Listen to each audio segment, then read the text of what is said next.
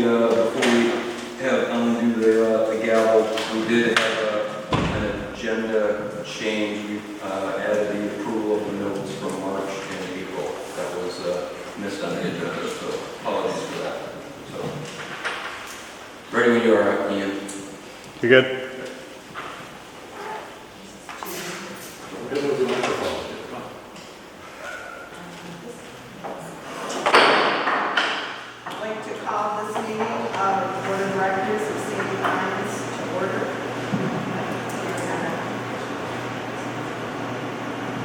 I'd like to call the meeting of the Board of Directors for May 21st, 2021 to order.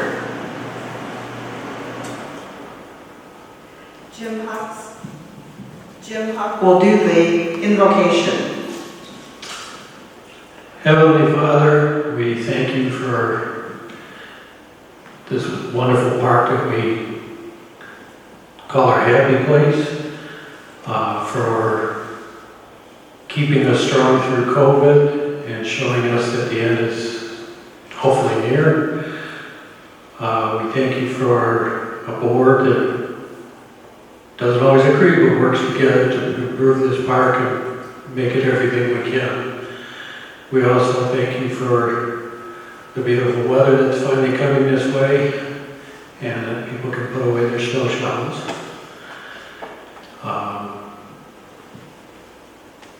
We thank you for all your blessings on us, and we hope that everyone that's been affected by COVID is able to cope, and we extend our sympathies to those that lost loved ones. Amen. Thank you. We'd like to stand for the pledge.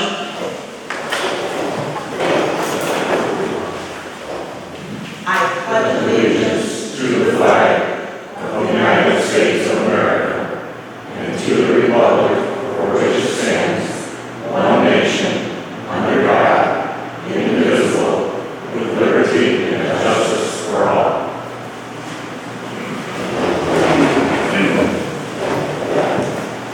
Kimberly, are you ready for the roll call? Alan Carpenter.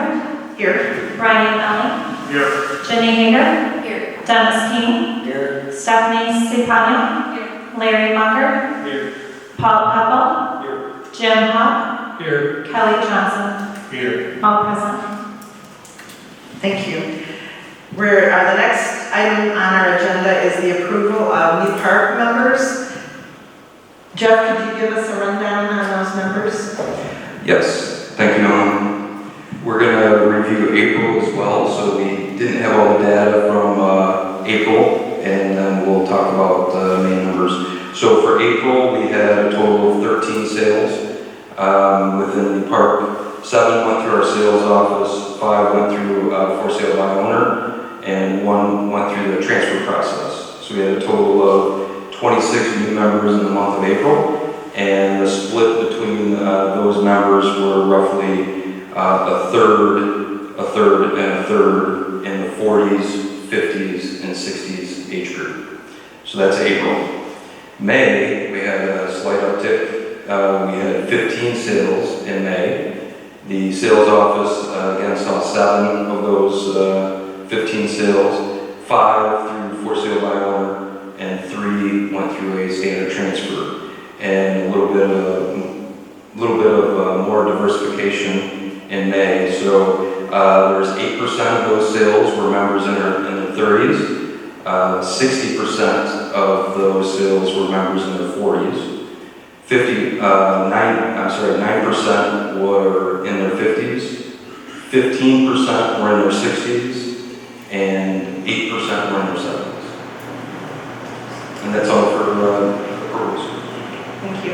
I'll entertain a motion to approve the new park members. Support.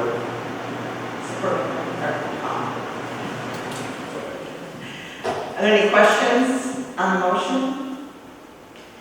Hearing none, all in favor of the motion signify by saying aye. Aye. Opposed, same sign.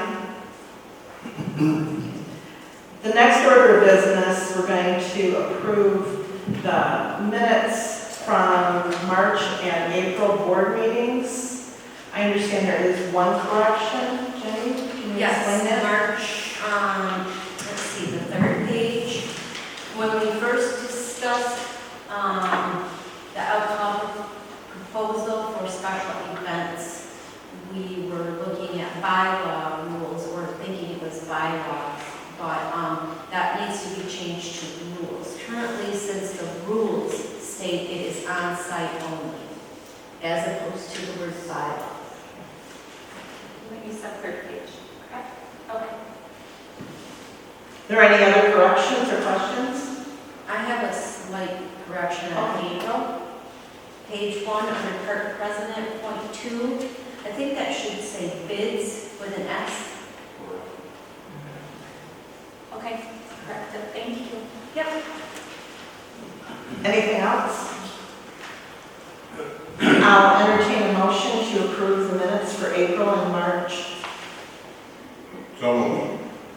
Second. Any questions on the motion? All in favor of approval of the minutes signify by saying aye. Aye. Opposed, same sign. Motion carries. Next on our agenda is the presentation and discussion of the financial statements for March and April of 2021 for both Sandy Pines and Lake Monterey Golf Course. Jenny, would you like to discuss? Sorry, I didn't use this when I talked earlier. Got it on. The Finance Committee met last week, Thursday. We reviewed the March and April. We kind of did a combined review of the financial statements. We did have a quorum, so they did approve the financial statements and the check registers for those 2 months as is. We had a lot of good discussion. We also reviewed the preliminary budget and the fee budget, and we went through all of that. Again, that's just preliminary, and we did agree to kind of revisit that every month, as that right now is kind of a moving target with a few things that just need a little bit more information. So in the past, we've kind of just looked at it in May and then looked at it again in August and had to approve it. So we just are trying to make a better process of continuing to discuss it each month until August when those get approved.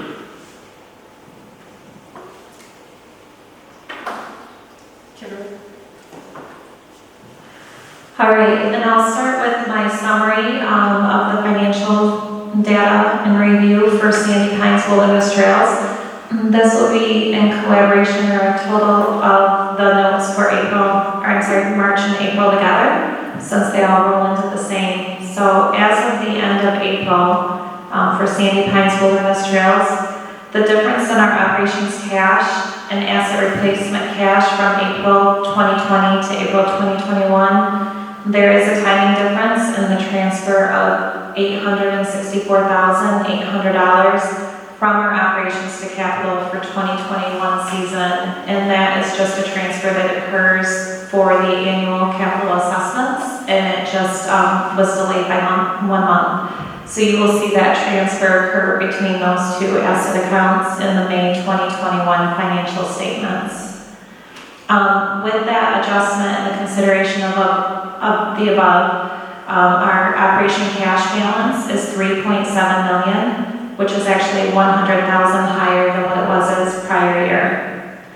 The adjusted cash balance also does include receipt of the first FEMA reimbursement request for this building here of $993,000. A secondary final FEMA reimbursement will be made in the month of May. And this reimbursement back to Sandy Pines of what is will come out of what is currently posted in the acquisitions for the grant funded account on the balance sheet. Net income is $280,000 higher in 2021 of April compared to 2020. The significant impact of this is a comparison of the current year closer to our normal startup compared to the prior year and the tentative 1-month shutdown that occurred last year in April 2020. In administration, you will notice a difference in the sticker income and sticker expense. I want to highlight that this is reflective of the revenue and expense that occurred with license plates in 2020, which was a one-time event. The increase in 2021 for newsletter income does include the 50th advertising sponsorships, which will offset the 50th anniversary expenses within resort services. Newsletter expenses within the administration budget does have an increase, which is reflective of our printing of the footprints in the off-season, which previously we printed those every other month, and a change in the print provider material that's been used. There aren't any significant differences in maintenance to report at this time. Safety and security, 2021 for April does show an increase in violation income and gas pass income and MAG card income, and this is reflective of a change from prior year with the beginning phases of COVID restrictions and the slow start to the season. Violations do also reflect the charges and park stance of no toleration for abuse of staff. The April 2021 increase in MAG card expense does relate to the necessary repairs to the stripe readers, which is a more costly system to maintain with its outdated technology. The Recreation Department for April 2021, social activity expense does include the pre-planning deposits and expense for the 50th anniversary celebrations to come.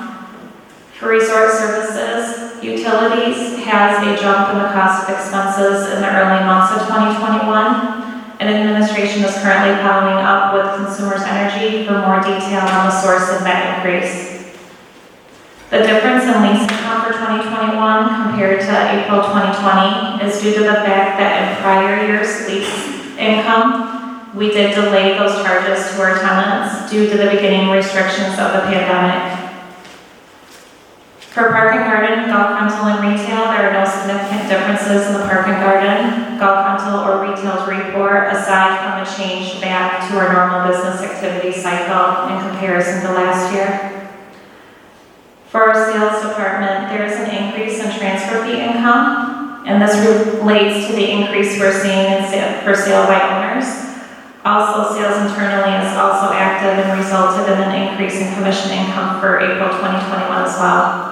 And last, site rental income is high with a higher demand of camping interest coming into this 2021 season. I believe we are at full capacity this weekend for camping. Prior years significantly did drop off in April 2020 due to pandemic restrictions. And that is my full report for Sandy Pines for March and April.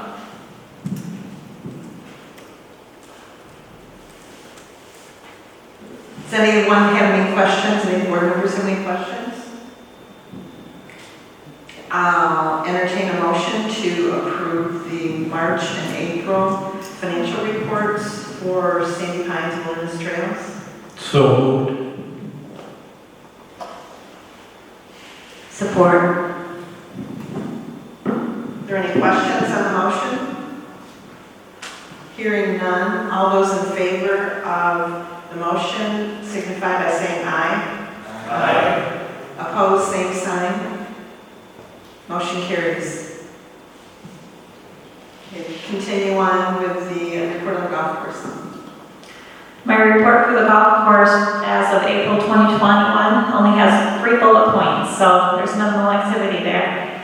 The operations cash for the golf course as of April 2021 is up $80,000 from prior year. I do want to note that this is reflective of that PPP loan that we received during the year of 2020, which was a benefit to us. Net income is up $18,000 from prior year. This increase is specifically related to the increase in memberships and member green fees, and the repair and maintenance of the course is also higher due to repairs throughout the off-season. And that is my report for the golf course. Board members have any questions?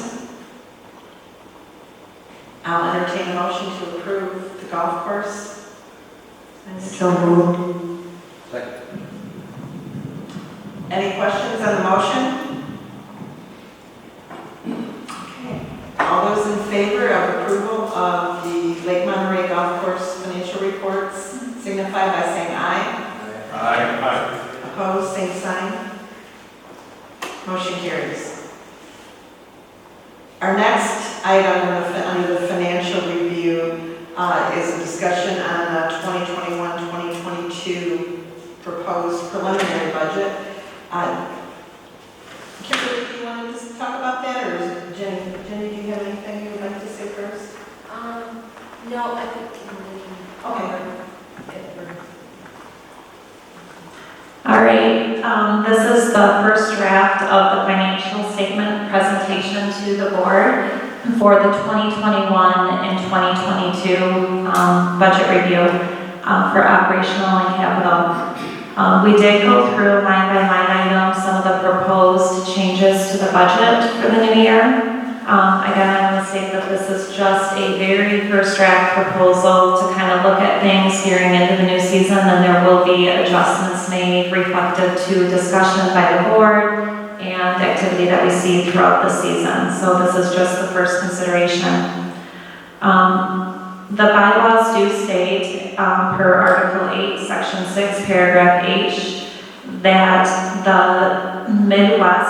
the March Midwest 12-month CPI is used for the increase in operational dues and the annual capital assessment. So this is the operational dues that is paid out every year in addition to the standing annual $200 that's paid for capital. And in comparing, or in looking at that March 2021 Midwest 12-month CPI, the rate is 3% over the course of that year compared to the 1% it was in prior year. This will equate to an increase of $42 per member for operational dues for the 2022 season.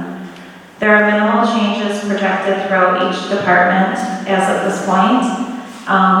They include, but are not limited to, a proposed increase in facility rental with the occupancy of the North Shore building, an increase in an inspection income, and this relates to an increase in electric permits, locating boat stakes and tree permits, an increase to the newsletter expense for the budget to accommodate for off-season print if we continue to do that. Safety and security, we do have a reduction in guest passes and taxable sales just to bring that a little bit closer to actual.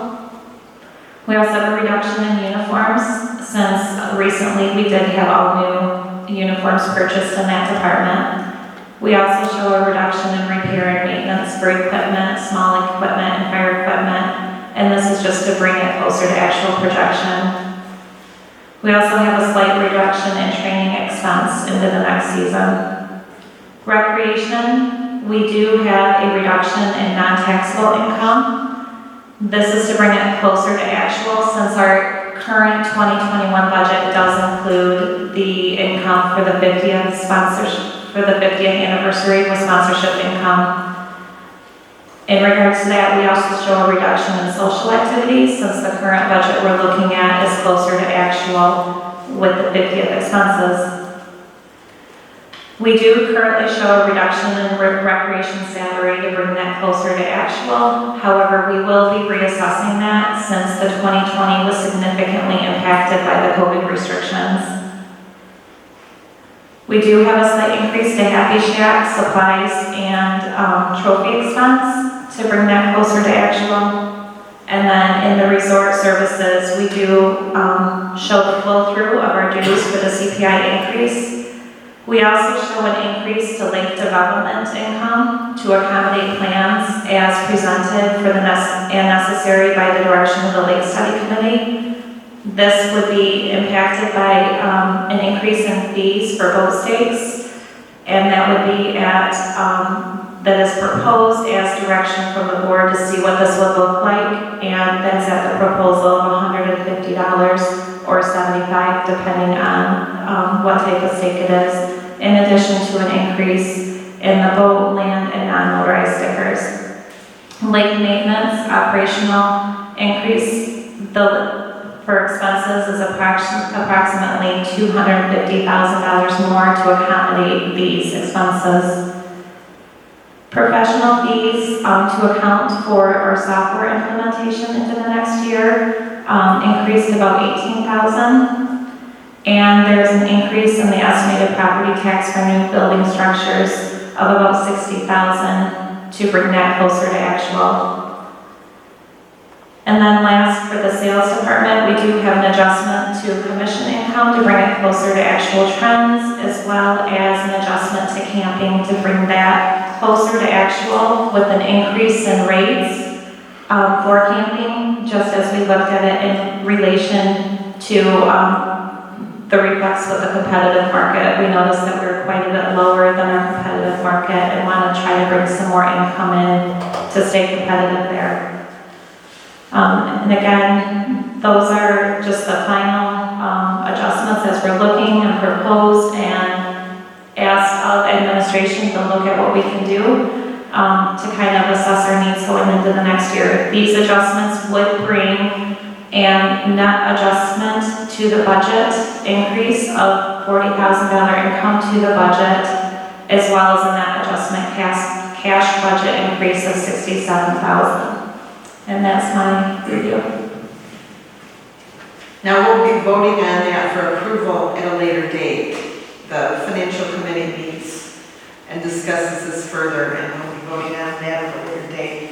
At this time, I wanted to make a few comments. First of all, I want to welcome you all to this beautiful new building.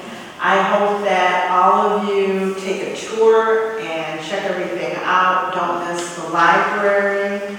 Take a look at the deck. There's a nice patio, the space downstairs.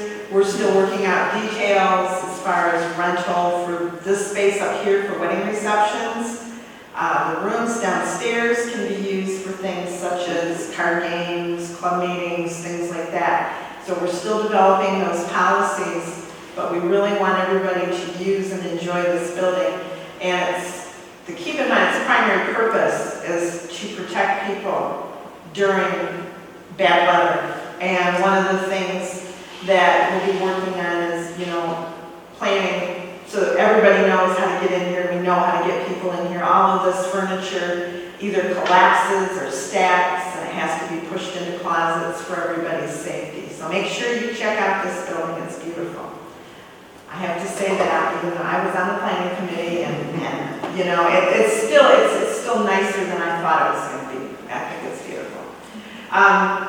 We're getting closer to our first 50th event coming up. Make sure you sign up, buy tickets, enjoy those events. We've had a lot of really good work done by our 50th committee, the volunteers. They got some really good sponsors, and I know it's unusual to have to buy tickets for some of these things, but we wanted to present a lot of options and variety and opportunities, and it's going to cost a little bit, but I think everybody's going to find something they like, and we're trying to really work on events that teenagers will like. Try to get those teenagers involved in some of these things. Like I said, make sure you check out the library downstairs. We're working on, having more activities. They'll be able to use the picnic area out front, the tables and stuff for things. While we work out these things, and as always, please be patient with staff and the members, because we go through a lot of difficult changes. There's a lot of little tweaks that we're doing here in the building, and one of the things that the board is working on is trying to improve the quality of the lake. It's our biggest asset. Some of what we're going to discuss and do may pinch a little, be a little uncomfortable. Again, be patient. The end result is what's important. So, Jeff, do you want to make some comments? Well, you also? Okay, all right. Sure, thanks, Alan. So a couple of things on my end, or the parks end. COVID-19 updates. Sorry, microphone.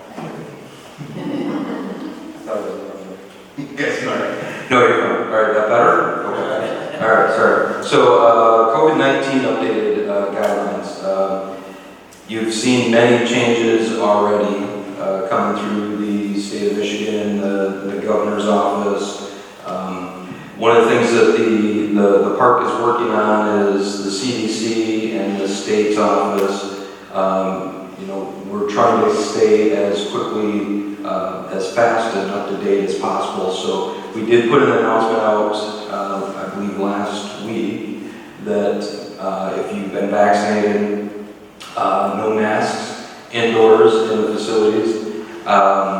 You'll still see in the facilities, we do have allowed occupancy signs hanging there, and we want to make certain that we're maintaining those allowed occupancy capacity, and that is for people coming into our buildings. So to give you an example, for member service, you'll see a sign out there on both the doors, 5 people. So that's 5 allowed occupancy members in the main area for the member service to help service you. The total occupancy of the building is inclusive of the employees, and then that 5 is also in that number. So Steve, Draymond, myself, we went through, and most of those signs should be up at the facilities. We are going to open the arcade. We will open the activity center. The fitness center has been open. All of those do have signs out there for maximum allowed occupancy. And again, we're hearing that that's going to change probably June 1st with some additional relaxing of the requirements.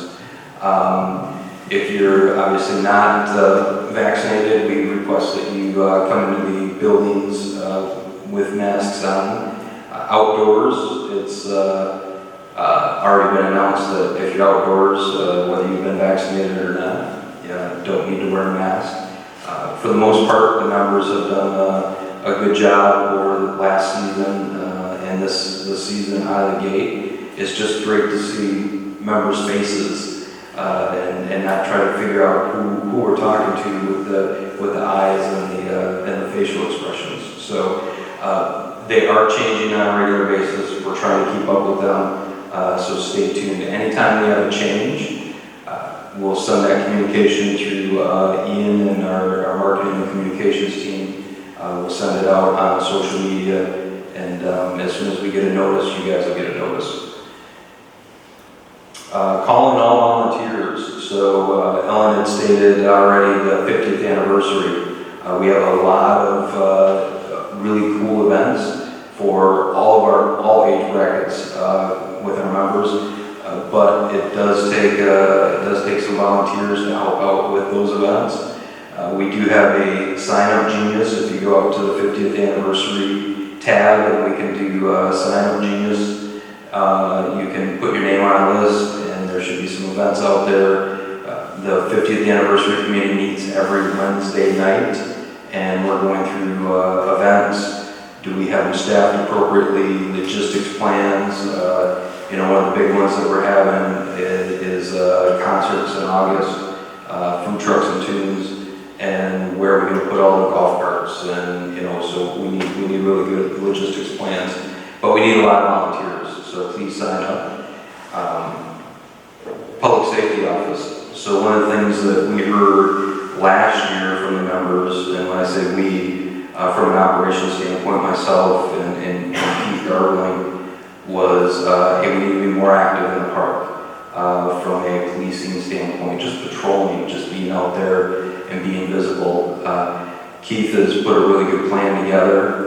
We're ahead from a staffing perspective this year than what we were last year, but there's some activities in the public safety office that we're looking for some volunteers to come in and help, whether it's direct traffic, just hand out camping packets and guest passes, because when we get backed up and we have that heavy activity for camping, and when we have the events, we want Keith's team on the lake patrolling, making certain that it's safe. We want Keith's team out in the public, making certain that we're out visible and everybody's having a good time and following the rules.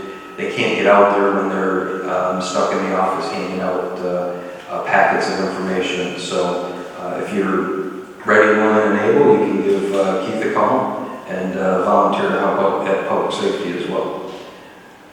Other than that, that's all I had, Emma. Thank you. Would you like to discuss the first item under old business, the event survey? Yes. So North Shore Event Survey. Ellen touched on it a little bit in her comments. So we have this beautiful building, and we want to hear from members how to best utilize this. We put a lot of time, money, effort into this building. You know, there are operational costs, as Kimberly alluded to, are going to go up in our budget because of this building. So how do we offset that and bring in some revenue? Some of the things that we've talked about, Liz Robbins, who is our new sales manager, events coordinator, she's put a list together of some ideas. Now we want to ask the membership, how do you think we could better utilize this building and generate some revenue for the park? And when we generate revenue, we want to offset the costs here, and we want to dump that revenue on projects in the cost in the park as well. We've talked about retirement parties, we've talked about weddings, we've talked about weddings where we have outside vendors come in and do either the catering, we can use the warming kitchen. We've also talked about third-party companies coming in and you know, providing beer and wine for wedding events here. The thought process on that is, you know, this is ours. We can do what we want with it. So let's get some membership feedback from. I know beer and wine outside of the sites is a rule change, as we alluded to in our note correction earlier. But we want to solicit everybody's input. You know, if you have a wedding here, a third-party company would be the person holding the wine and beer license.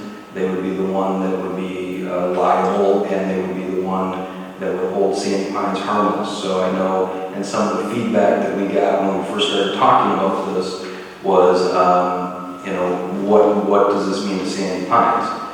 So there's some options that we can talk about. We can do weddings and retirements, graduation forward parties, obviously without beer and wine as well. So with that being said, you know, we'll be working with Ian again in communications. He's going to be a busy guy, and we're going to start sending some surveys out to the members.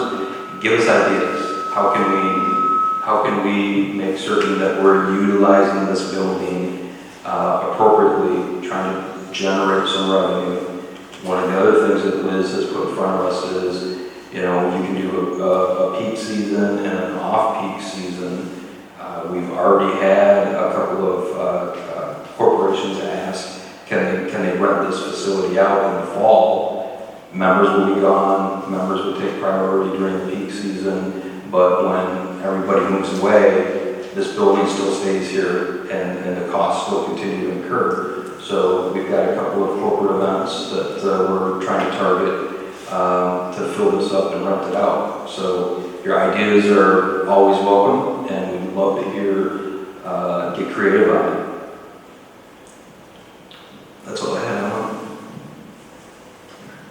Okay, our next order of business, we're going to read and discuss and potentially vote on 3 items, 3 resolutions regarding the lake.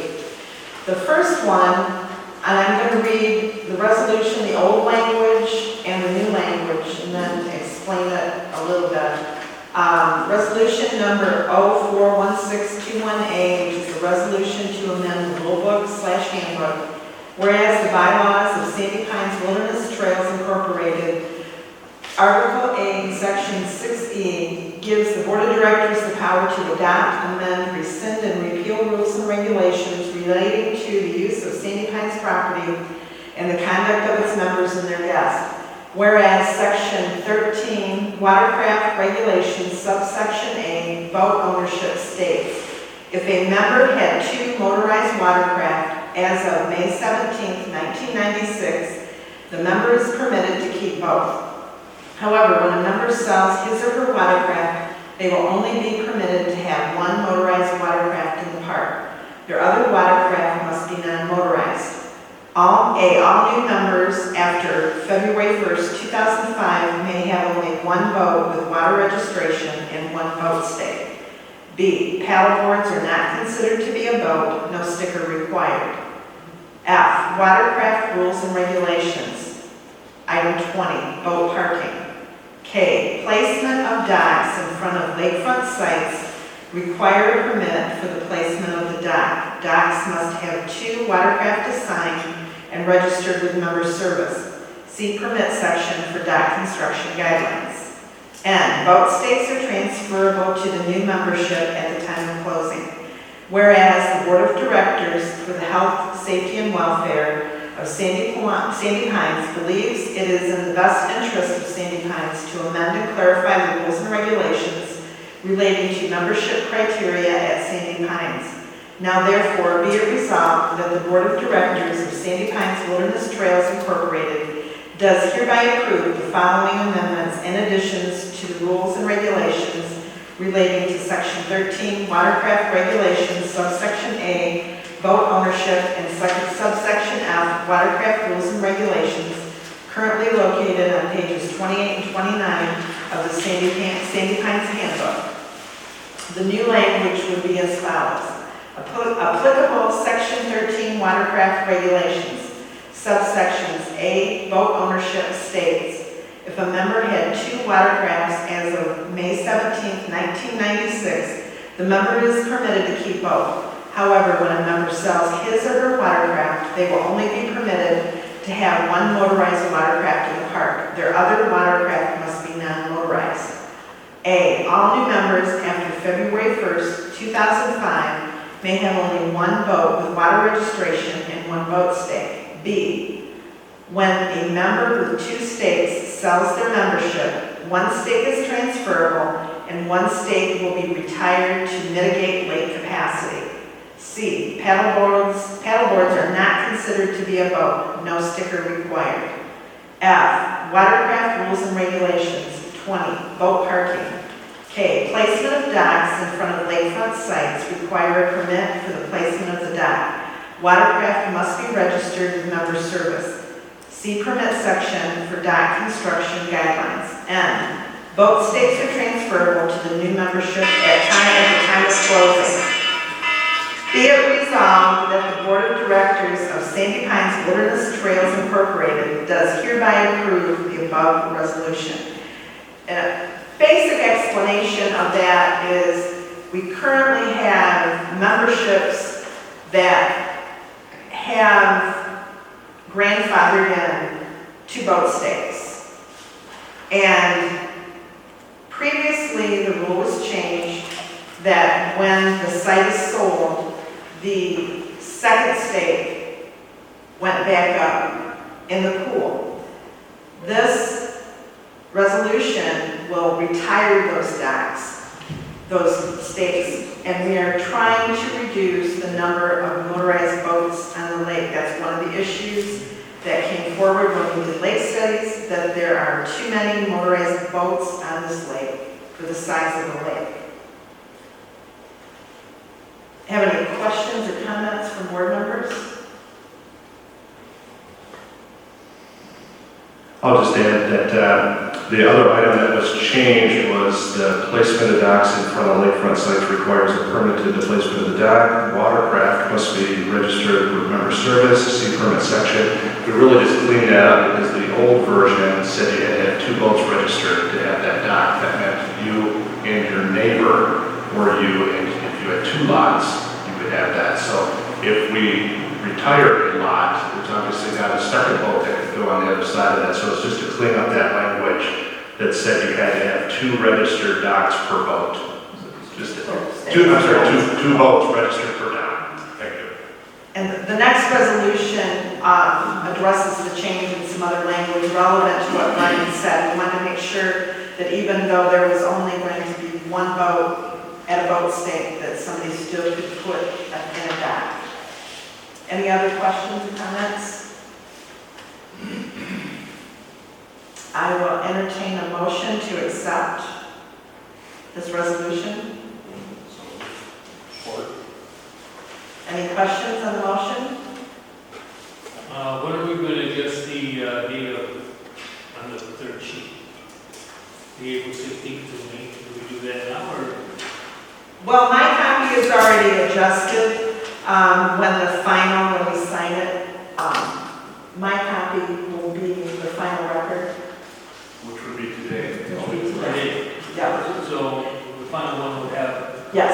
Yeah, so point of clarification for what Barry is bringing up is, again, our process that the board has established last year was we talk about these things, we bring them up as resolutions. Ellen read this one last month, and we allow 30 days for members to communicate and provide input on it.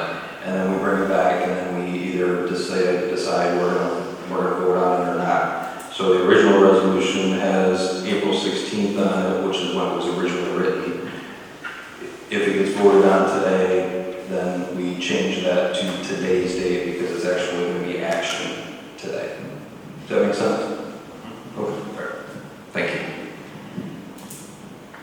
Kimberly, we're going to do this as a roll call. Could you please do that for us?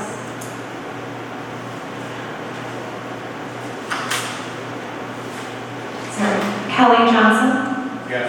Dennis King, Larry Munger, Yes. Paul Pepple, Yes. Stephanie Stefania, Yes. Alan Carpenter, Yes. Brian King, King? or Brian Allen, Yes. Jenny Hager, Yes. and Jim Huff. Dennis, I'm adopted. Okay. $50.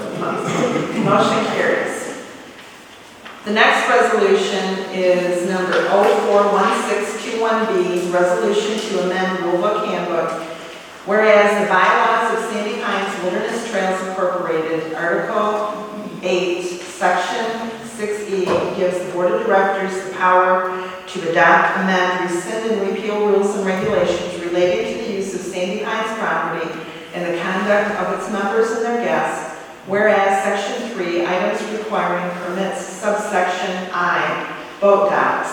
4, docks may only be placed at the stakes which are 40 foot apart. 2 boats must be registered to that stake before a permit will be issued. Whereas the Board of Directors, for the health, safety, and the welfare of Sandy Pines, believes it is in the best interest of Sandy Pines to amend and clarify the rules and regulations relating to the membership criteria at Sandy Pines. Now therefore, be it resolved that the Board of Directors of Sandy Pines Wilderness Trails Incorporated does hereby approve the following amendments and additions to the rules and regulations relating to Section 3, items requiring permits, subsection I, boat docks, and subsection 4, currently located on page 40 of the Sandy Pines Handbook. New language is as follows. Applicable Section 3, items requiring permits, subsection I, item 4, docks may only be placed at the stakes which are 40 foot apart. Dock permits will be issued upon park inspector approval. Be it resolved that the Board of Directors of Sandy Pines Wilderness Trail does hereby approve the above resolution. Do we have any comments or questions from the board? Again, this cleans up the language, like Ryan said before. This enables, in the situation where a boat stick has been retired, there's only one boat, they can still have a dock. I'll entertain a motion to approve. So moved. Support. Any questions on the motion? Hearing none. Oh, we're going to do roll call. Sorry. I'm getting carried away here. Dennis King, Yes. Larry Munger, Yes. Paul Pepple, Yes. Stephanie Stefania, Yes. Ellen Carpenter, Yes. Brian Allen, Yes. Jenny Hager, Yes. Jim Huff, Yes. Kelly Johnson, Yes. all approved. And that will go into effect immediately. June 1st, okay, June 1st, I know. That one didn't say, so. I think the other one did as well. They also had I made my yearly mistake. Okay, oh yeah. The next resolution is regarding the use of certain boats that have a feature for ballast. And when the ballast is filled, it enables the boat to provide enough weight to wake surf. And we had a lot of discussion. I'm going to read the resolution. I'm going to ask for some short comments from some board members. And then we are going to take a vote if there's an motion made to do so. Resolution number that should be 52121A, resolution to amend rule book / handbook. Whereas the bylaws of Sandy Pines Wilderness Trails Incorporated, Article 8, Section 6E, gives the Board of Directors the power to adopt, amend, rescind, and repeal rules and regulations relating to the use of Sandy Pines property and the conduct of its members and their guests. Whereas Lake Monterey, the lake, is part of Sandy Pines property and a valuable natural resource that historically has been subject to rules and/or regulations promulgated by the Board of Directors, it's not my word, the Board of Sandy Pines. Whereas the board has appointed an official lake study committee, the committee to review, present options and recommendations to preserve, protect, and sustain Lake Monterey, being the #1 recreational asset of Sandy Pines. The following recommendations have been presented by the committee to the board for consideration. A, effective immediately, temporarily suspend any additional wakeboard boat registrations in Sandy Pines for the 2021 season. B, effective immediately, temporarily suspend the ballast functions and usage of the ballast functions or any alterations to any boat trying to produce waves for wake surfing for the 2021 season. The committee will continue to monitor the lake this season to determine next steps in preserving, protecting, and sustaining Lake Monterey, as well as the positive and/or negative effects of this temporary suspension. The Lake Study Committee will present findings, results, and information to the board during the March 2022 board meeting, which may be adjourned at the discretion of the board to determine further suspension or reinstatement of ballast functions as the board may deem appropriate. Whereas the Board of Directors for the health, safety, and welfare of Sandy Pines and its property, including Lake Monterey, believes it is in the best interest of Sandy Pines, its members, and its assets to amend and clarify the rules and regulations to adopt in full the foregoing recommendations from the Lake Study Committee. Accordingly, the Lake Study Committee recommendations are adopted in full, incorporated herein, and made part of the rules and regulations of Sandy Pines.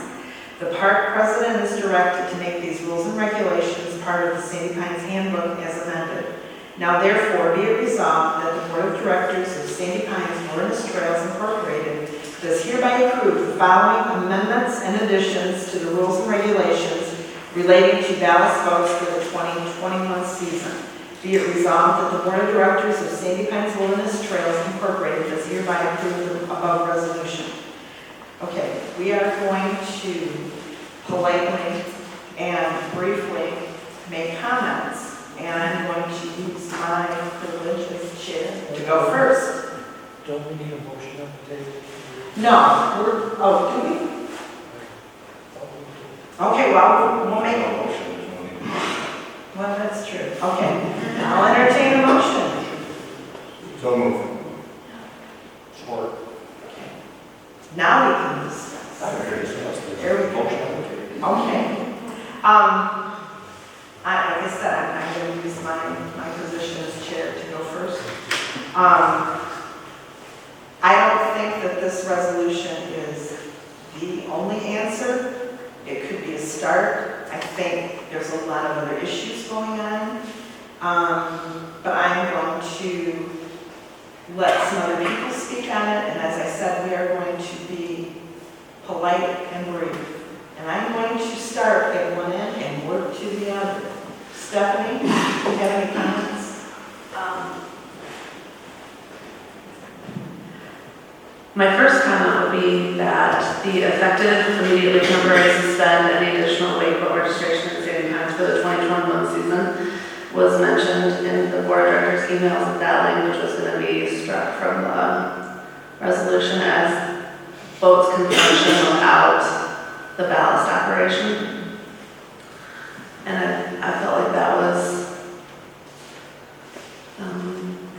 accepted in the email, but maybe not. And then I would just like to say that in 2019, Saving Pines paid for a lake study to be done. The lake study proved that our lake is healthy, our nutrient load is healthy. The argument that ballast boats are digging up and storing at the bottom of the lake was proven to be false with the lake study that we paid for. Erosion has happened on our lake, but it has happened in the no lake area near the chapel and just past the ice cream shop. I would really like Sandy Pines to consider riprap for that area like we did on the island to help shore up that, the shoreline there. And I feel like this is the wrong move for the park, to stay relevant to younger members, to keep property values up. Water levels have changed consistently in Lake Michigan and in the Great Lakes Basin. Lake Michigan was high for the last 6 years. It crested last year, and now water levels are coming down again. We're seeing the same trend in Lake Monterey, and that is the true cause of erosion. And that's, I guess, I know, that's enough to say. Thank you. Larry, do you have any comments? Is that on? You put green light? You have to hold it, press and hold it for a second.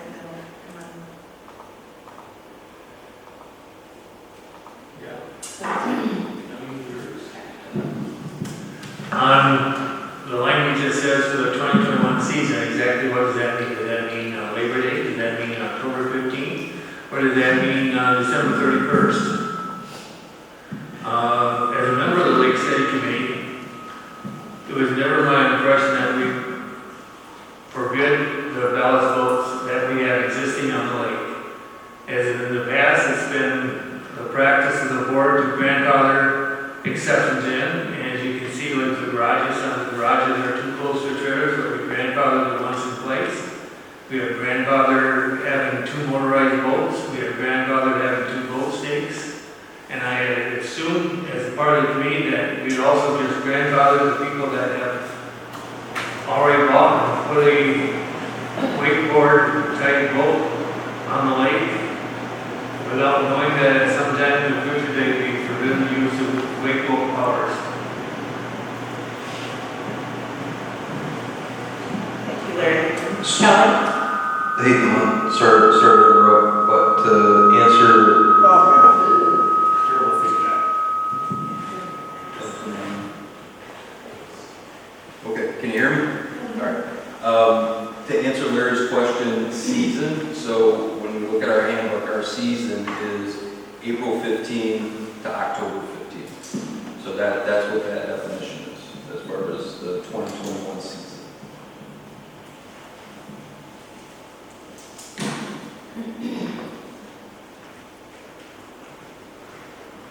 Kelly?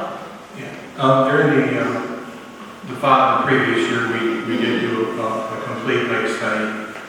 And with that lake study, this board authorized a lake study committee to review that report because it was huge.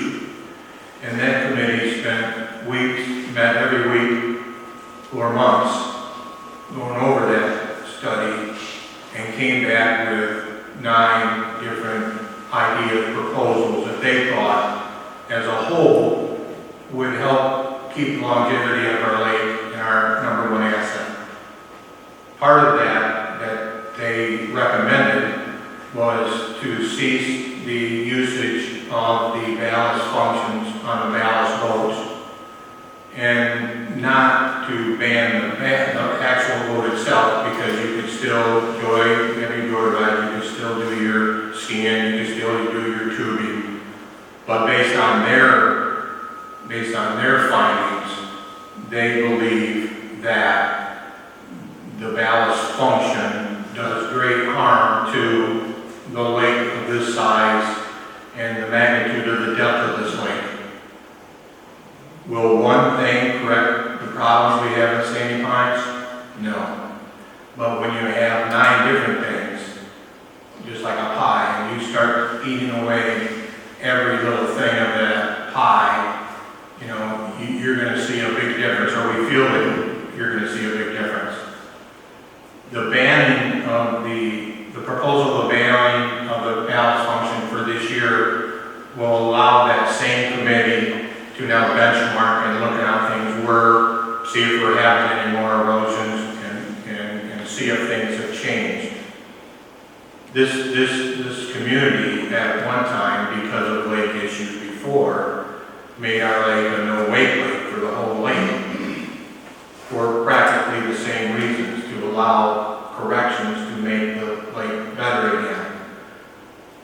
My personal opinion is that going one season without that function gives us, that committee, an opportunity to get a better view, to either justify the recommendation or to say, okay, we tried, it didn't work, I don't think that's a problem.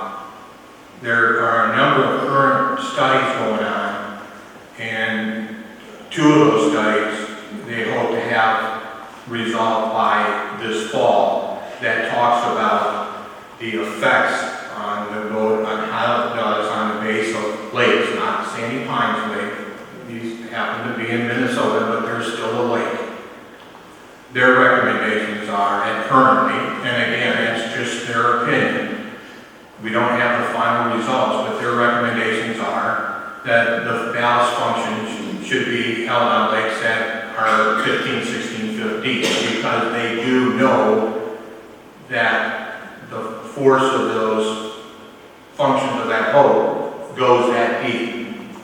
They also recommend that they be used anywhere from 150 to 1,000 feet away from shore.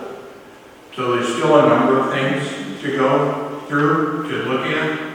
I think it's better that we take some type of action with the recommendations from the committee, even if it's only for one season, to get a better idea of how it is. Jenny? I also wanted to ask about that item A in the proposal, about suspending any additional wake boat registrations in Sandy Pines for the 2021 season. I guess I would hate to have someone that say, this is just my thinking, say they already own a boat like this, and they're very interested in their happy place comes up, and they're going to buy in here, and they have this boat, but then they're not going to be able to use it for the season. I would just hate to see that happen, because these boats can be used for a multitude of other things besides this one particular function. I do agree with Part B, to temporarily suspend the functions at this point and until we have more data and research. And if it's something that we can temporarily do until we can have a few more facts about it, I feel that's in the best interest of Sandy Pines. Brian? I too would like to say we could amend this. I'm just throwing this out, and we could take point A off, because somebody with that type of a boat can still come out of the lake but not use the actual ballast if we stick with point B only. But just to reiterate a couple things here, the comment of grandfathering, I don't think it's in anyone's best interest to allow grandfathering of something that might be causing harm. We have grandfathered different things, double boat docks, double, the garage not at the right location on the lot, and then at time of sale they have to move it. Those aren't really causing any irreparable harm until time of sale. This is a different matter, so grandfathering current ballast use boats, and that's in wake boats as a whole, but ballast use boats, I don't think is the right thing to do. Then the second part of that, the committee did a wonderful job, and one of the proposals that we've been noodling on since last year, I'll read it here real quick. Proposal St. Pine's Lake Committee recommends banning the filling of ballast tanks on boats, especially for the use of surfing and or wakeboarding. And it goes into a really good purpose, it goes into the benefit to the lake, etc. And it's just something that we felt it was in the best interest to put a kind of a pause on this. Let's look at what Minnesota is spending thousands of dollars to study. There's also stuff going on in Maine, in New Hampshire, and elsewhere. Let's learn from others what's going on there before we just outright ban something like that. So we're saying, let's take a pregnant pause this year to analyze that a little bit deeper and then revisit it when we have our arms around a little bit more data to what truly is happening at water depths levels such as what we have here at Lake Monterey. So I just wanted to add that regarding grandfathering, other states studying. Thankful they're spending the dollars to do so. We spent quite a bit to get the lake study for our lake, and we've got good data. So now let's take this kind of a crawl, walk, run approach to making sure we're protecting our number one asset, is my thought process on that. Paul? You have something. As a privileged member of the Lake Committee, we did spend a lot of time, and we came up with 9 issues to bring to the board for recommendation. And that only scratched the surface. We want to meet again, and we were allowed to move out of the adjunct committee into a full ad hoc, or out of ad hoc and move into a full-fledged committee, because just these 9, that just is a start. There's more past that. And it's a tremendous amount of information to gather and try and come up with something that's fair and equitable to the lake, what's best for St. Pine's. That's what I think everyone looked at this, despite our differences of our opinion. That was our main goal, what's the best. This is one of the 9, and this is why that we brought it to attention. And I'm glad that it's at least come to a vote. If it is approved, great. If it hasn't, great. At least we've made a decision, and we can move on to one of the other 8 issues, or one of some of the unsung issues that we don't know about. The other thing that I've heard, and we actually got a lot of information from you members, and that was huge as we all kind of weighed our own opinions on this, and it really helps to hear. I mean, I had almost 30 people respond just to this specific question. I think that was really important that people were speaking up. And the other one that someone brought up was the potential effect on moored boats that are not necessarily in a permanent or the floating docks, but those that have augers and ropes that can, wave action can be very disturbing to those boats. I agree with Stephanie that there are erosion issues that are happening because of Mother Nature or potentially happening because of lake capacity, the sheer number of boats on the lake. That being said, I do believe that the ballast function on these boats should be curtailed because of its damaging, the documented damaging that many independent studies have said, not necessarily again specifically to this lake, but lakes and in the Midwest that have invested a lot of time and effort to say these are some potential environmental issues that you need to take a serious look at if you want to permit the continued usage of the boats on the type of lake that you have. So, thank you for your time.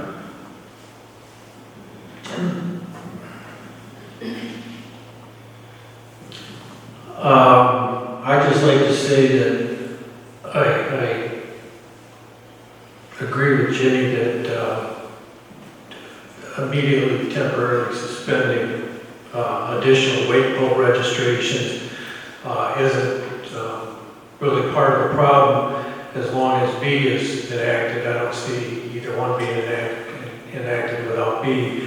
Part of the problem with grandfathering is you wouldn't know who's grandfathered and who isn't.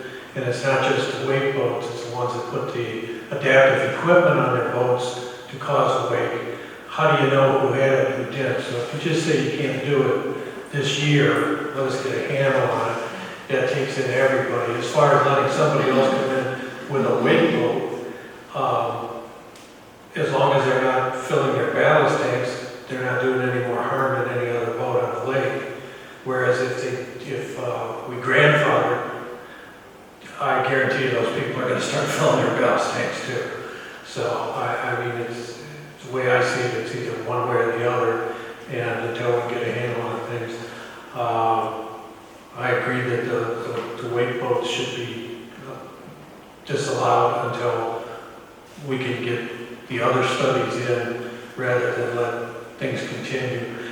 We may find out in a couple of months that those boats haven't been doing any damage and be able to change this back. Even though this says for the season, it's still a rule, so the board could make an adjustment as seen fit. Dennis? Well, last but least.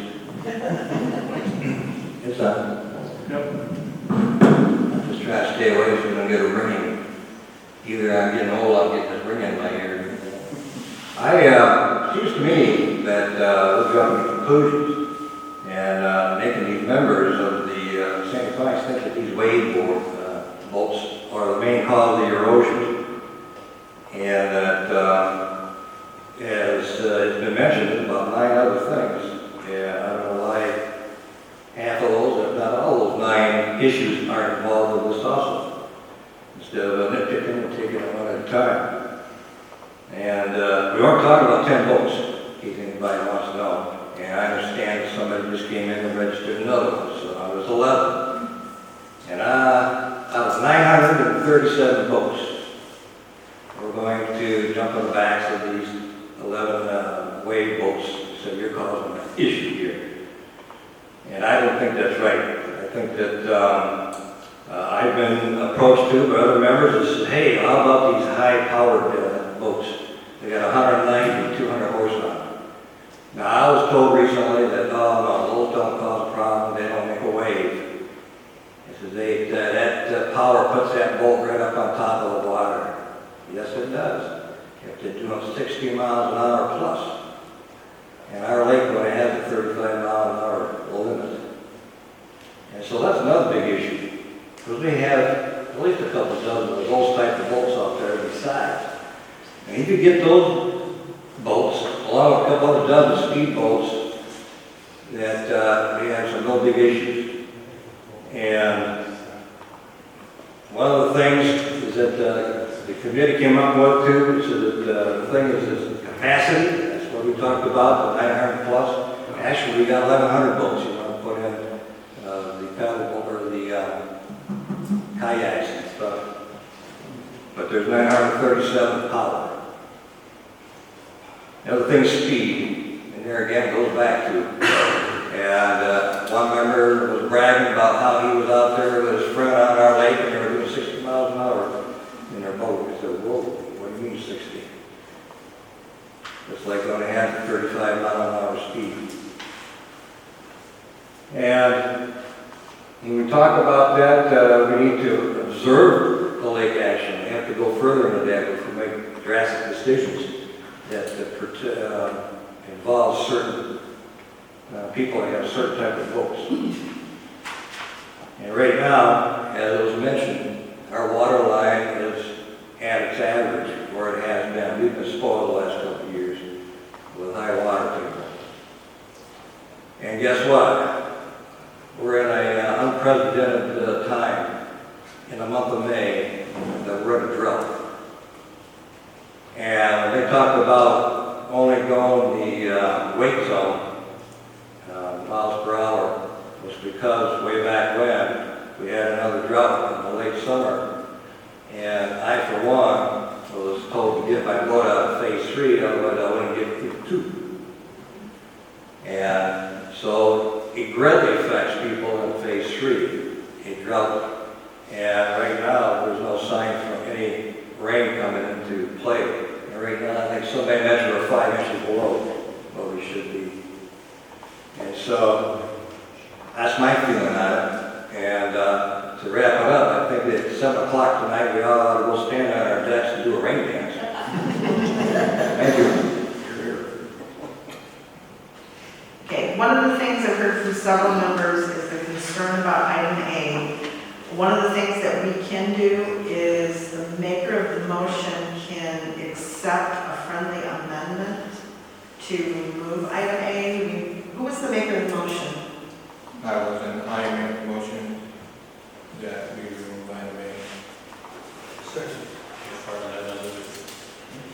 What we're voting on now is the removal of item A from the resolution before we vote on the approval of the resolution. All those in favor of the, Can we have discussion? oh, yep, Mary, go ahead. Rather than just remove it, can we split it and have a vote on both issues? I think if you vote on other proposed, then that item stays in the motion. In order to split it, then you need to vote, you need to make a motion to remove that, reread the motion without that in there, and that's what you would vote on. But if you don't vote on, I'll vote on A and then I'll vote on B. Basically, you are voting on A, and then you're going to vote on B, because that's what all that's left in the motion, so. Yes. When you make the amendment, you actually are voting against that language. Correct. So it's cleaner and less reading for me. All right. Okay. All those in favor of the amendment, please indicate so by saying aye. Aye. Those opposed, same sign. Amendment passes. Now I have to read the whole thing over again? Or can we just eliminate and make item B is now item A? That's what we're voting. Yes. That's what we just did, yes.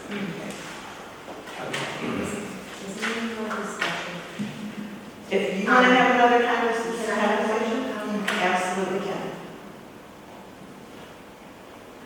I just wanted to add a little bit to Dennis's, first of all, we in no way think that this is the main cause of erosion for these ballast votes. I just want to get that clear. I think we've all said that.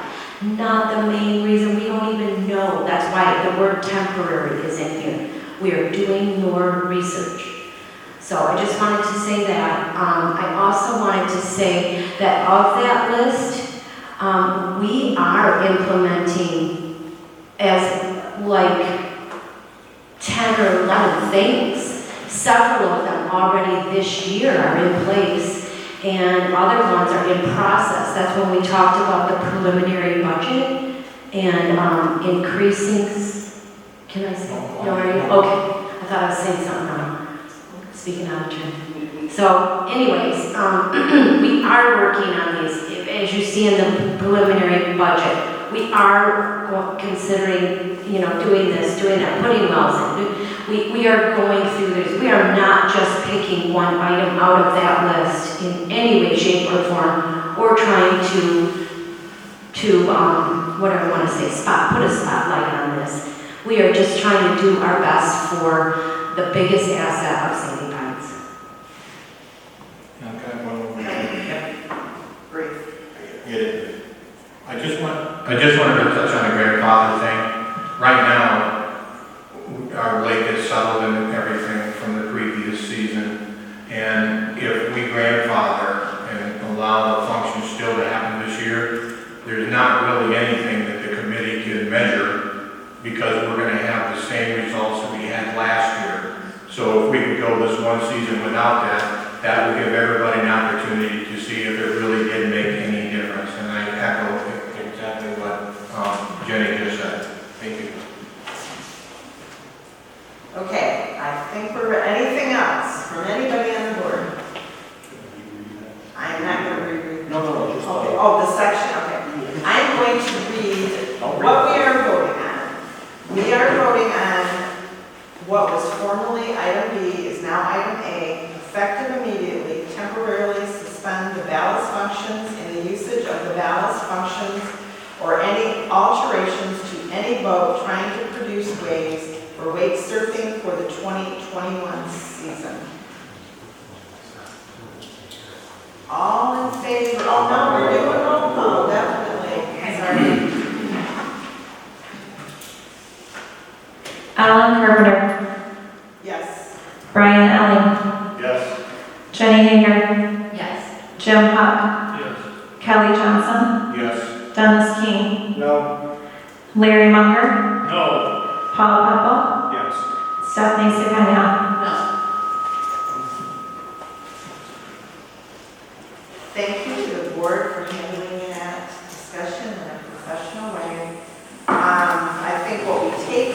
our discussion is a couple of items that we should task the committee with reviewing next year, or this year, when we get back to meetings. We'll be sending them some issues. Next on our agenda, we have new business. Jeff, would you like to discuss those items? Yes, thank you, Ellen. So item A on new business, mag card and license plates, end of season communication. So the communication on license plates, again, this was supposed to be implemented around, if I remember correctly, 2019 is when it was passed and it was going to be implemented. Then this little thing called COVID hit in 2020. And we tried to get as many individuals into the license plates as possible. So a couple of things that have come across our desk here in operations is, hey, since we didn't get them all implemented, can we go back to the way it used to be? The answer is no. This is a rule change. We are going to do license plates, and there's a reason for the license plates that were passed and that was implemented. What we did do is we tried to get as many people in the license plates by the end of last season, and when we tallied those numbers at the end of the season, there was about 30% of our members that actually came during the season in 2020 and picked up those license plates. We wanted to have everybody at the start of the season in license plates before we started enforcing the rule. That's just not going to happen. We still have 65, I think 70, actually 55 now, plus percent of our members that still need to get it. So we extended that. And when we say extended that, license plates need to be on by Labor Day weekend. All right. So at Labor Day weekend, that time frame is when public safety will start looking at is everybody compliant with the rule, and if not, then they'll start pulling people over and writing violations and fines. So we just want to continue that communication. Keith and his team are taking hourly appointments every day. Every day I stop in there, people are coming in and picking up getting their registration, and then getting their license plates, and then getting them put on. So thank you for doing that, and we just need to keep that ball rolling because the time at the end of the season, Labor Day weekend, is kind of the point where public safety will start enforcing the rules. Okay. Mag cards. So one of the things that we had talked about as well when we went through our operational budget and costs and technology, one of the things that we've talked about is the mag card system. The mag card is an old system. I found it interesting last year sitting at public safety. Some of the readers went out, and during the middle of COVID, I saw people taking their card out and actually licking the mag card and then putting it through the reader. That doesn't work, and not very hygienic. So the parts for replacing these mag card readers are not readily available. When we can find them, they are extremely expensive, and it's old technology. So we have been communicating in footprints and e-newses that we are going to get out of mag cards, and we are going to go to the Prox chips. Now the Prox chips, the round circles that are on the back of your cards, those will still work. If you lose a mag card or you lose a Prox chip card, the new cards have that giant circle in it. It's now a little chip inside the card, so you won't have a circle on the back, but it'll serve the same purpose. Those cards we're going to take the entire season this season to start getting people out of those mag cards and into Prox chips. When renewals come out next season, the only option is going to be a Prox chip card. And so if you want to, you can start making that change today. And we are actually, any new members, the 27, 26, 53 new members that are coming in, they're all getting those Prox chips cards. So we've already started that process, so just be aware of that, if you would please. With that being said, there was a communication in the April footprints that we do have, through the renewal process, there was some new pricing on the on the Prox Chips cards, similar to in the fall of 19, when we reviewed these things in the fall at the golf course. We made the operational change in that cost and that pricing, and then we voted on it coming back to the season. So Larry, I think, nicely done, communicated, and found that in the footprints that we've started to make some changes to the cost, but we need to officially approve those costs. So. And the last item I have for new business is golf cart testing. So golf cart testing, we get a lot of communication on this. We are doing golf cart testing. COVID was not a fun thing last year, but it taught us to do things differently. And one of the benefits that we received from the kids that are going through the golf cart testing, as well as many of the members, that the system that we had last year where you call on public safety, you get your child's name on a list, and we get you scheduled. The public safety office team is doing 25 kids at a time at the outdoor pavilion, 2 Saturdays every month, and they are doing those, I want to say, almost on the hour. So we have some volunteers that are correcting those tests or issuing those tests, and then if everybody passes, they can go to the public safety office and get notified that you're good to go to drive a golf cart. But that's one of the things that we did last year, we're going to do this year.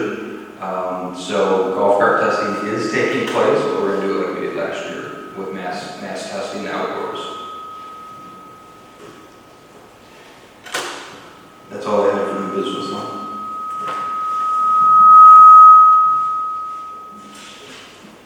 And I think we need to make a vote on a motion. Jeff, what was the pricing of the new car? Can you read that? Of course.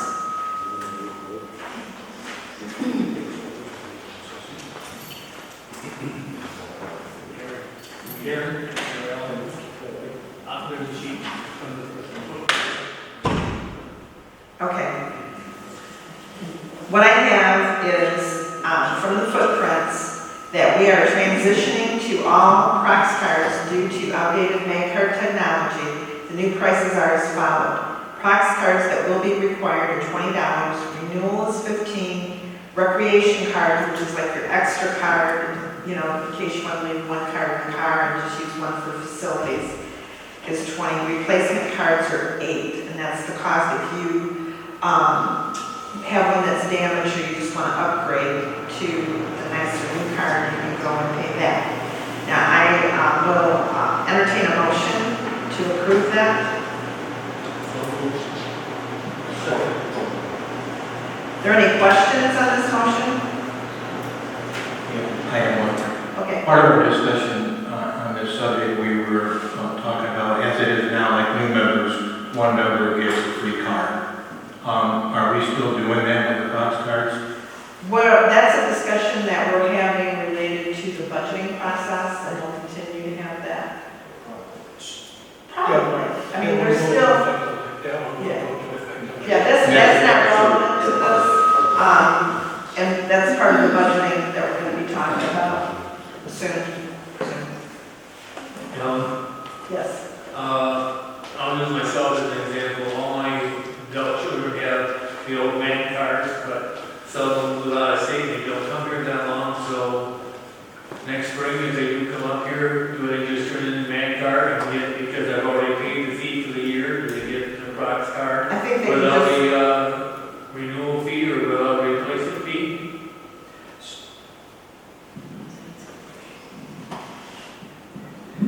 So just as a point of clarification, we're still working through those kinds of questions, Larry. So some of the things that we're talking about is, one, if they have a mag card today and they show up next season, they're gonna need to get into that prox chip, they'll get charged for that prox chip. But what we're talking about also through the budgeting process is, right now, the prox chip cost is $5, so it's $5 going, and it went to $8.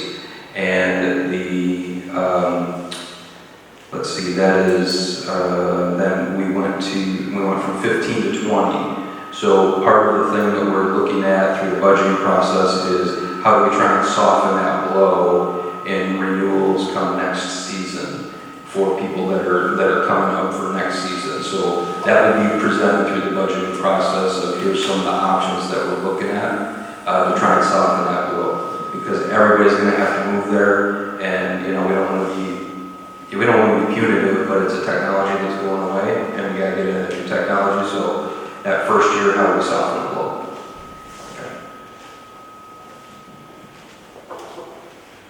Any other questions on the motion?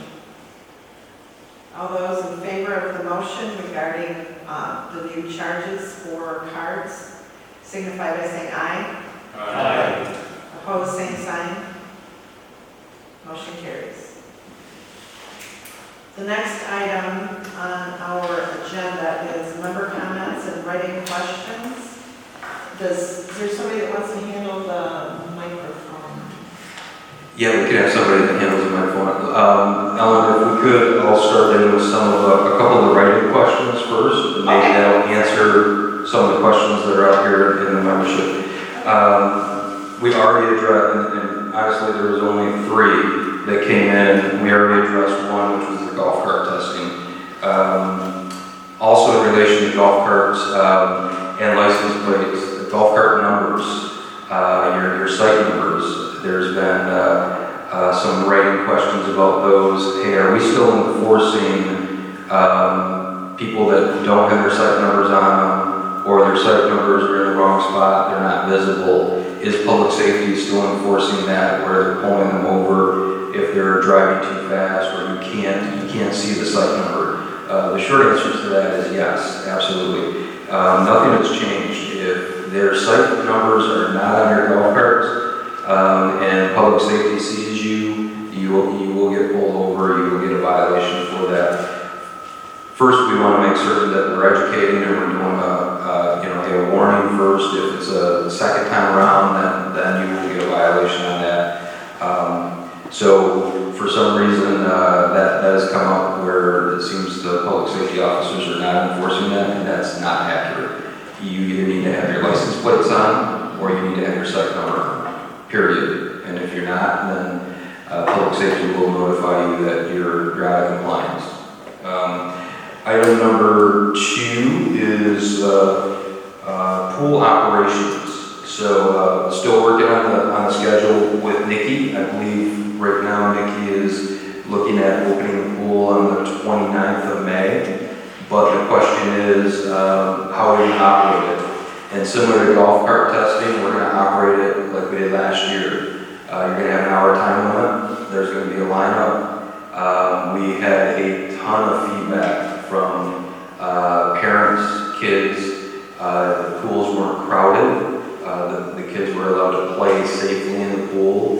And if you just rotate that every hour like we did last year, we had a ton of, on surveys and emails and feedback, we had a ton of positive comments on that. The other thing that we noticed and we saw, chemical usage and the operations of the pool, those costs went down significantly. One thing that we are still investigating, and we'll have an answer here shortly, when I say shortly, by early next week, before Memorial Weekend, is are we going to put the furniture out? Last year we did not have furniture because of the unknowns and the threat of COVID. This year we're leaning towards we're going to put that furniture back out. You might not see as much because there's going to be, we still have a capacity allotment that we have to have in the pool, but we're going to go back to how we handled it last year. So, any comments on that, Brian? I think we left one key piece out compared to 2019, literally a piece. We had 0 episodes of having to exit the entire building and clean the pool due to poop in the pool. So we had a poop-free year last year with a new implemented plan. So that's a celebratory thing for everyone here in the park. Yeah, thank you. Zero poo in the pool, so thank you. With that, I mean, those were the three comments. With that, we open it up to the floor, and if anybody has any questions or comments for the board. There's a microphone right up there.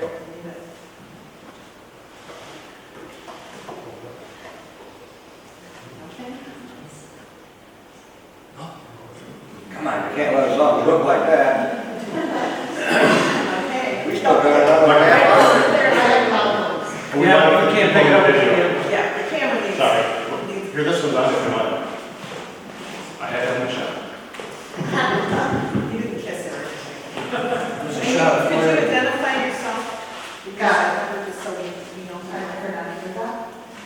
I just want to know when I pull down here to our beach, where do the trees go and why? All trees have been removed from behind tennis courts. There's no shade left whatsoever. Trees. I'm sorry, trees. The trees behind the tennis courts. Yes. So I don't have an answer for you. I can circle back with Ben and Jeff, our park inspector. We have seen a significant amount of trees removed from the park, and how they prioritize the tree activity is if it's number one dead, then we have to remove it. Number two, if it's impeding on any of the structures, whether it's a site or structures out here, we have to move it. But I can take your name and number. I can get you an answer as soon as I talk to Ben and Jeff. Well, now that the trees are gone, something needs to be provided for shade. A lot of us would sit under the shade and enjoy napping in the sun. There's people that can't sit in the sun, and it's gone. There's nothing left there. Nothing. So some kind of canopy to provide shade for people that cannot be in the sun or choose not to be in the sun. Something needs to be addressed. Thank you. Thank you. Anything else? I emailed my question before this opened up for everybody, so Brian's trying to hand me the microphone. Are you sure that we email questions? Those are The ones that were submitted through the website? Go I sent mine in like last week. Didn't make it. Okay, I'll just ask my question. Just ask Brian. Doesn't matter. Testing, yeah. I would just add, I emailed and asked a question about the status update on the golf cart bridge going over to Phase 3. Good question. So current status on the golf cart bridge, we have a design that was approved by Allegheny County and met MDOT specifications. We submitted bids to 9 contractors. The bids came back significantly over budget. The driver for being significantly over budget was really 2 things. And I would say, in my opinion, a third one. Number 1 was the design included significant helical piers in that design, which in talking to the contractors that we submitted, that submitted their bids, was over-engineered, over-designed, not needed for a golf cart bridge. Number 2, cost of materials. You see it nowadays, steel has gone up significantly, concrete, so the cost of materials. The third one that I would say is another issue is we were trying to target at the beginning of this season to get that bridge done. That has been pushed back because all the contractors have said, I'm busy. They have a ton of work right now. So unless you're on their timeline, then if you want to get inside of their timeline, there's a cost for that as well. So what have we done? One, this did come up during the budgeting process as well when we met with finance and the board. We're not going to be fiscally, easy for me to say, irresponsible, right? We have a budget, and if it's gonna go over the budget, and we're gonna have to look at something else. And that something else is the bridge designers are going back and looking at doing a different kind of design that will remove a significant amount of cost and still meet Allegan County Road Commission approval, as well as Michigan MDOT, Michigan Department of Transportation MDOT specifications as well. So those redesigns are taking place now.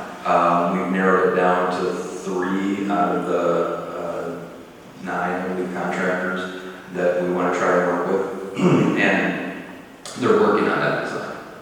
So stay tuned.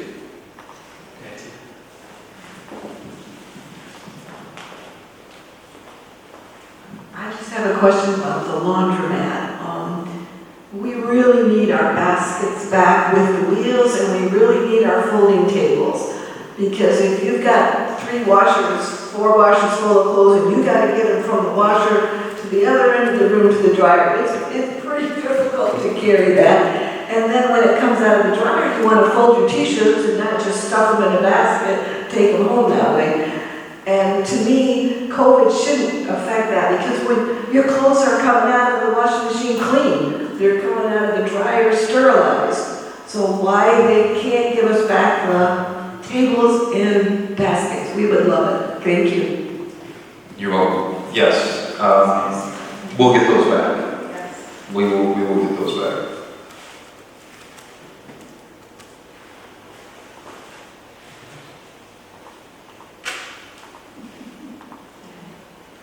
Any other questions right there? I'm surfing the website right now to see if I can pull down the other questions.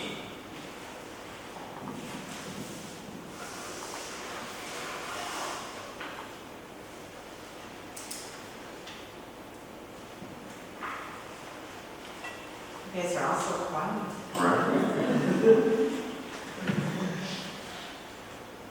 We're all afraid it's very difficult to handle the weight. Right. That's a great thing.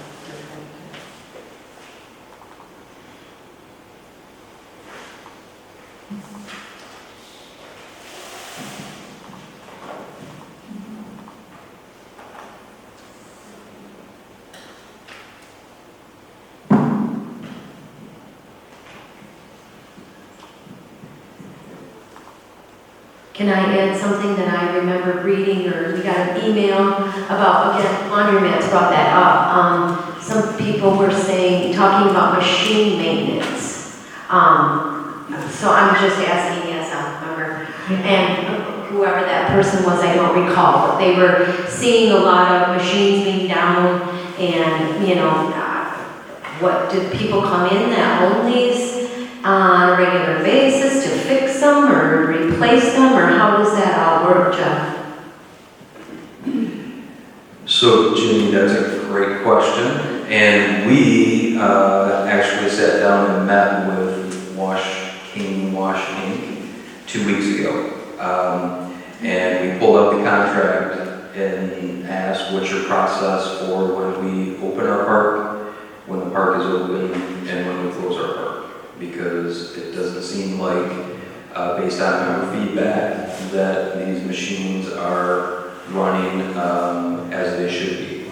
So we have in their contract, which they have not been doing, and they've acknowledged that, and they will be doing, they will be out here once a month looking at the machines, making certain that they are running appropriately, and they're going to be generating reports for us on that data, saying all these machines are working well, no they're not, these machines need to be replaced. The other thing that they have noticed though, in full transparency, is when they have been out here, 50% of their service calls, when they come out to Sandy Pines, where there's an out of order sign on a machine, it's not out of order. Somebody is putting an out of order sign on that machine to save it for their use.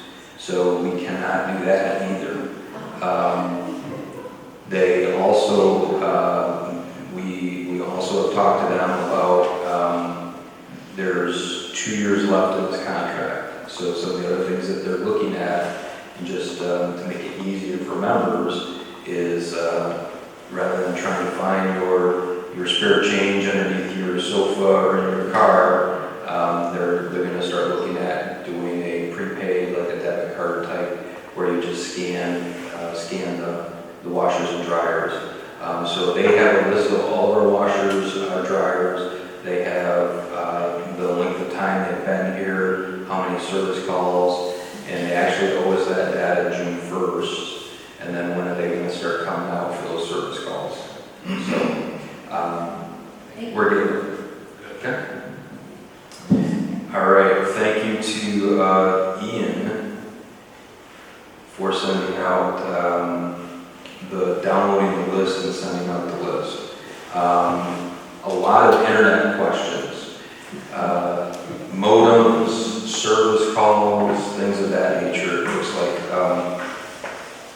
So, number one, we have a 2-year contract with Spectrum Charter for our modems.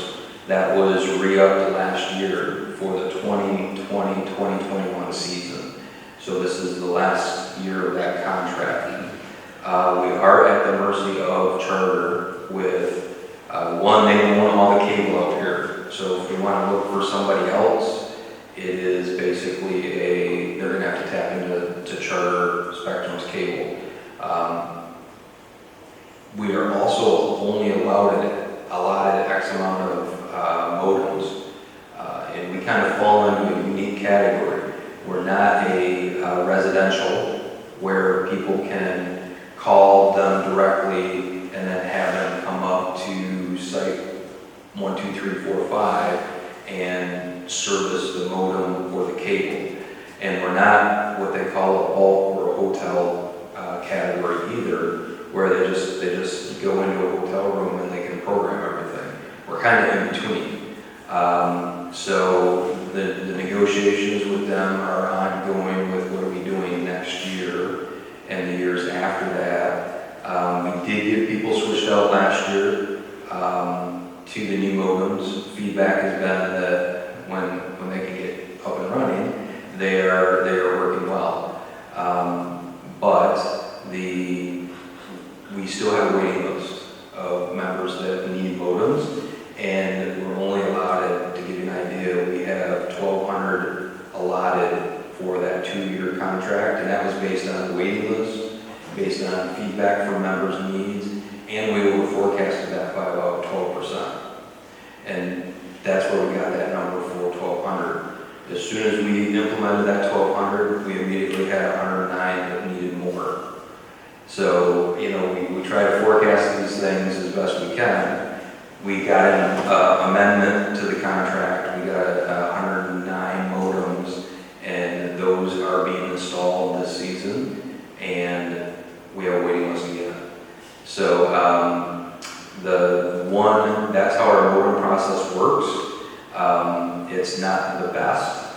It's a struggle for our staff as well every year, dealing with modems, and we're trying to do the best we can for you, the members.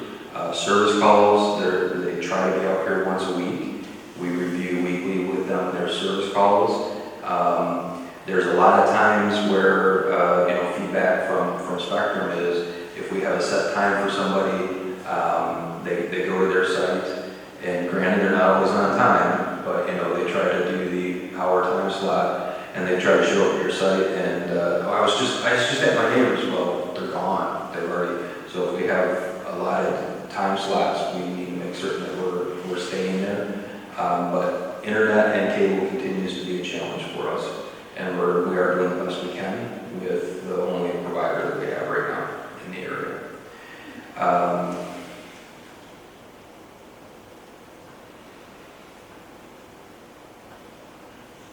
A lot of questions on masks, and so we've addressed that with the COVID updates.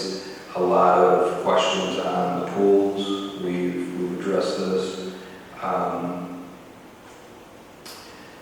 This build, there's some good questions on this building here.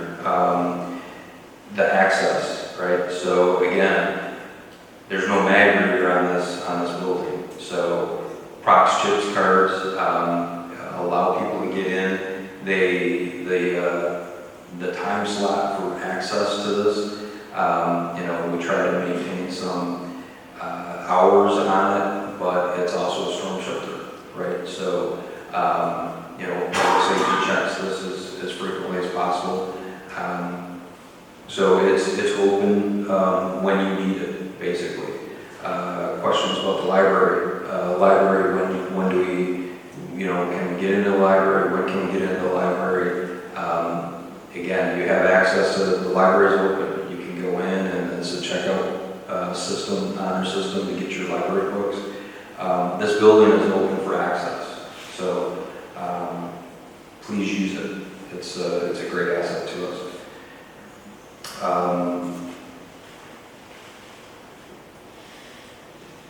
Your wheeled baskets. And Brian, your bridge one did come up here, so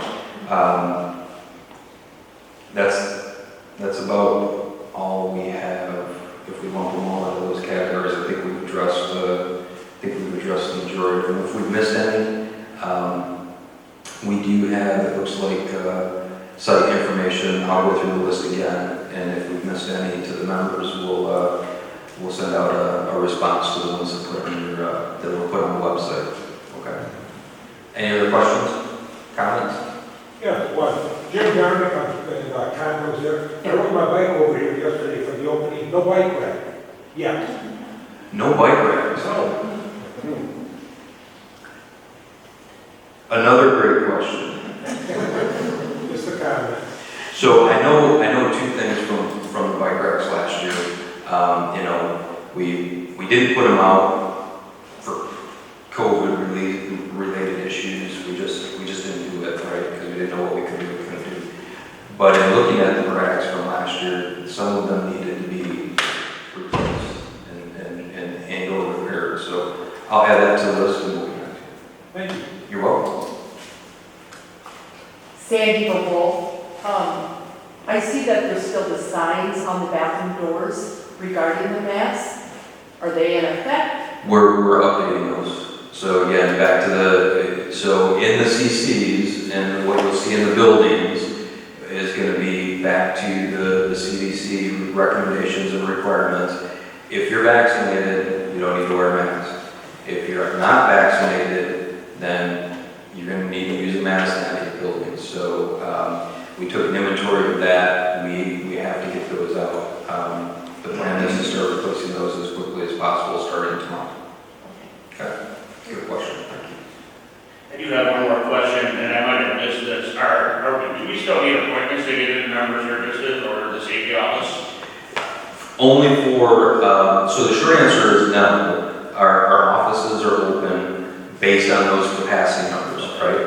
However, if you're going to show up at public safety for your license plate, they're going to tell you to make an appointment. So there are some specific things that they're going to tell you to make an appointment for. Prox cards, any membership cards, if you need your picture taken, things of that nature. Anything else? And with that, I'll entertain a motion. I make a motion. Any questions on the motion?